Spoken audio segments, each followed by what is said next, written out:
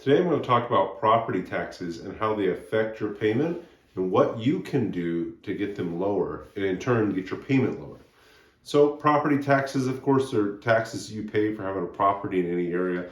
In Austin, Texas, our property taxes are pretty high because we don't have any state income tax. So that's how the city and the county and the state get all the money to do all the things like the schools and the roads and pay for the police and the fire and the EMS, and everything is mostly paid for because of property taxes. Of course, they do have corporate taxes, there are other taxes, but our taxes here, our property taxes are high because we don't have a state income tax. So you're saying, Jordan, why does that matter to me? No, I care about my mortgage payment. I care about my payment more than anything.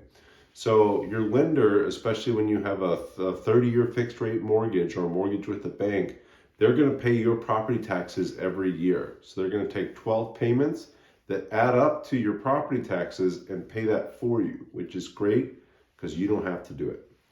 So when we're factoring in property taxes, of course, we want those as low as possible, so our payment is as low as possible too.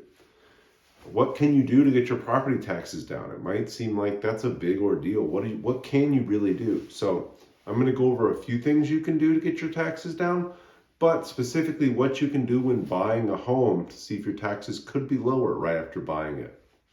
So, of course, because the city and the state are getting most of their revenue from property taxes, in Austin, they try to assess them as high as they can from what I see. Again, no insider knowledge, just what I see. They assess them as high as they can.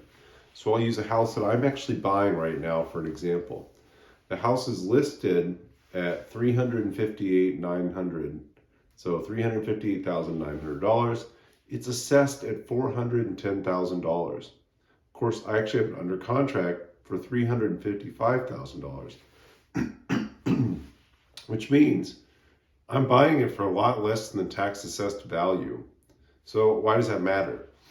When I buy something for less than a tax assessed value, and this has happened to me several times in Austin with properties I bought, but when you buy it for less than the tax assessed value, you can do two major things right away to make a big dent in your overall payment by lowering your property taxes.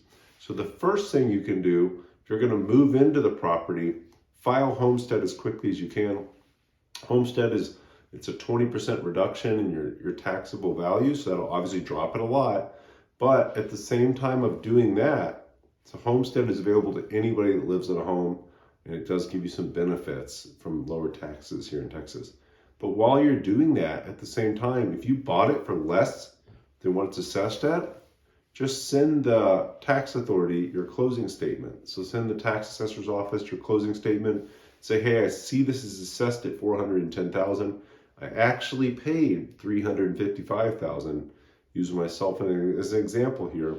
So the property taxes on this specific property are over $10,000 right now.